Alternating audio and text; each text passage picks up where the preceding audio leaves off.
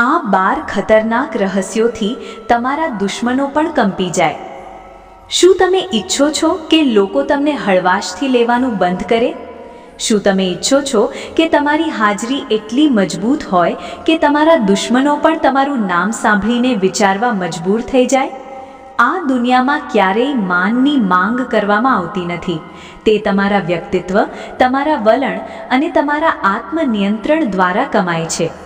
આજે હું તમને આવા 12 ખતરનાક વ્યક્તિત્વ રહસ્યો જણાવવા જઈ રહ્યો છું. જો તમે તે શીખી લેશો તો લોકો ફક્ત તમને અવગણશે જ નહીં, પરંતુ તમને કંઈ ખોટું કહેતા પહેલાં 2 વાર વિચારશે. વિડીયો સંપૂર્ણપણે જોવાની ખાતરી કરો, કારણ કે છેલ્લો નિયમ તમારી વિચારસરણી બદલી શકે છે. આ દુનિયામાં માન માંગવાથી મળતું નથી. તમારે એવું વ્યક્તિત્વ વિકસાવવું પડશે કે લોકો તમને હળવાશથી લેવાનું બંધ કરે. જો તમે પણ ઈચ્છો છો કે તમારી હાજરી પૂરતી હોય તો આ 12 નિયમો તમારું જીવન બદલી નાખશે. 1. તમારી આંખો મજબૂત રાખો. જે વ્યક્તિની નજર ડગમગી જાય છે તે આદર ગુમાવે છે. વાત કરતી વખતે તમારી આંખોને ત્રાંસી ન કરો કે ખસેડશો નહીં. સીધી, સ્થિર અને શાંત નજર એ સાચી શક્તિ છે. 2. બોલતા પહેલા 2 સેકન્ડ માટે થોભો. આ નાનો થોભો તમને સામાન્ય વ્યક્તિથી અલગ પાડે છે. તમારા શબ્દો વજનદાર હોય છે અને લોકો તમને હળવાશથી લેવાનું બંધ કરે છે. આ નાનો થોભો તમને શાંત, બુદ્ધિશાળી અને અસરકારક બનાવે છે. લોકો ડરતા નથી, પરંતુ તેઓ તમારી હાજરીનો અધિકાર અનુભવે છે. 3. ઓછું બોલો પણ ખડકની જેમ બોલો. દરેક મુદ્દા પર દલીલ કરવી એક નબળાઈ છે. જ્યારે કોઈ વ્યક્તિ ઓછું બોલે છે ત્યારે લોકો તેમને અવગણી શકતા નથી. જે વ્યક્તિ ઓછું બોલે છે તેનો પ્રભાવ વધુ હોય છે, જેનાથી દુશ્મનો પણ વિચારે છે કે આ વ્યક્તિ ઓછું બોલે છે પણ મહાન કાર્યો કરે છે. 4. તમારા ગુસ્સાને કાબૂમાં રાખો. તમારા ચહેરા પર શાંતિ ન બતાવો. તમારી આંખોમાં નિયંત્રિત તીક્ષ્ણતા બતાવો. હંમેશા યાદ રાખો, જે ગુસ્સો બતાવે છે તે હારે છે, જે તેને છુપાવે છે તે સૌથી ખતરનાક છે. 5. તમારી ચાલને વજનદાર રાખો. ખૂબ ઝડપથી દોડવાનું બંધ કરો. ધીમે ધીમે, સ્થિર અને મક્કમ પગલાઓ સાથે ચાલો. તમારી ચાલ જ બતાવવી જોઈએ કે તમે હલકા વ્યક્તિ નથી. 6.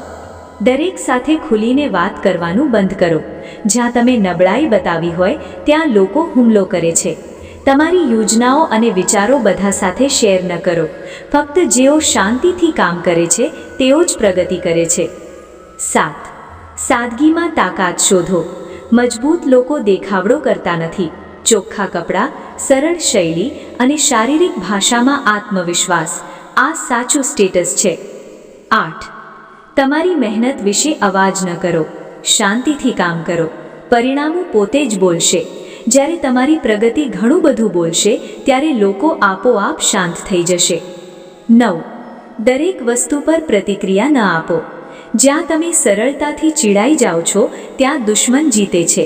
ત્યાં શાંત રહેવાનું શીખો. તમારું મૌન તેમનો સૌથી મોટો ડર બની જશે. 10. તમારા વિશે ઓછું બોલો. તમારી પોતાની વાર્તા ન કહેવો. તમારા કામ દ્વારા તમારી ઓળખ બનાવો. જ્યારે તમે બોલવાનું બંધ કરો છો ત્યારે તમારી હાજરી પોતે જ બોલે છે. તેથી તમારા વિશે ઓછું બોલો અને તમારા કામ દ્વારા તમારી સ્થિતિ દર્શાવો. લોકો સમજી જશે કે તમે કેટલા ગંભીર અને મજબૂત છો. બોલ્યા વિના બીજા વ્યક્તિનો ગૌરવ તૂટી જાય છે. 11. તમારી લાગણીઓને નિયંત્રિત કરો. બધું જ હૃદય પર લેવાનું બંધ કરો. જે વ્યક્તિ પોતાની લાગણીઓને નિયંત્રિત કરી શકે છે તેને કોઈ ભાવનાત્મક રીતે નબળું પાડી શકતું નથી. તમારી સ્થિરતા તમારી સૌથી મોટી તાકાત બની જાય છે. 12. ના કહેવાનું શીખો. દરેકને ખુશ કરવાની પ્રયત્ન કરવાની આદત છોડી દો.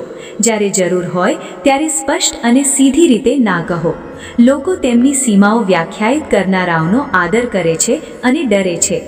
હંમેશા યાદ રાખો કે વ્યક્તિત્વ તમને વારસામાં મળતી વસ્તુ નથી, તે દરરોજ કેળવવી પડે છે. જે દિવસે તમે તમારી જાતને નિયંત્રિત કરવાનું શીખી જશો, લોકો તમારા મૌનથી ડરશે, તમારાથી નહીં. યાદ રાખો, સિંહ બનવા માટે તમારે જંગલમાં ગર્જના કરવાની જરૂર નથી. ક્યારેક મૌન લોકોને તમારી તાકાત બતાવવા માટે પૂરતું છે. જો તમે પણ ઈચ્છો છો કે લોકો તમને અવગણવાનું બંધ કરે, તો આજે જ તમારી જાત પર કામ કરવાનું શરૂ કરો. મિત્રો, આશા કરું છું કે આપને મારું આ વિડીયો ગમ્યો હશે. જો આ વિડીયો પસંદ આવ્યો હોય તો કૃપા કરીને વિડીયોને એક લાઈક કરી ચેનલને સબસ્ક્રાઇબ જરૂરથી કરી લેજો અને તમારા મિત્રોને પણ શેર કરો, જેથી તેઓને પણ તેનો લાભ મળે. આ રીતે મારી સાથે જોડાયેલા રહો અને તમારા સાથ સહકાર માટે આપનો હૃદયથી ધન્યવાદ. જય શ્રી કૃષ્ણ મિત્રો.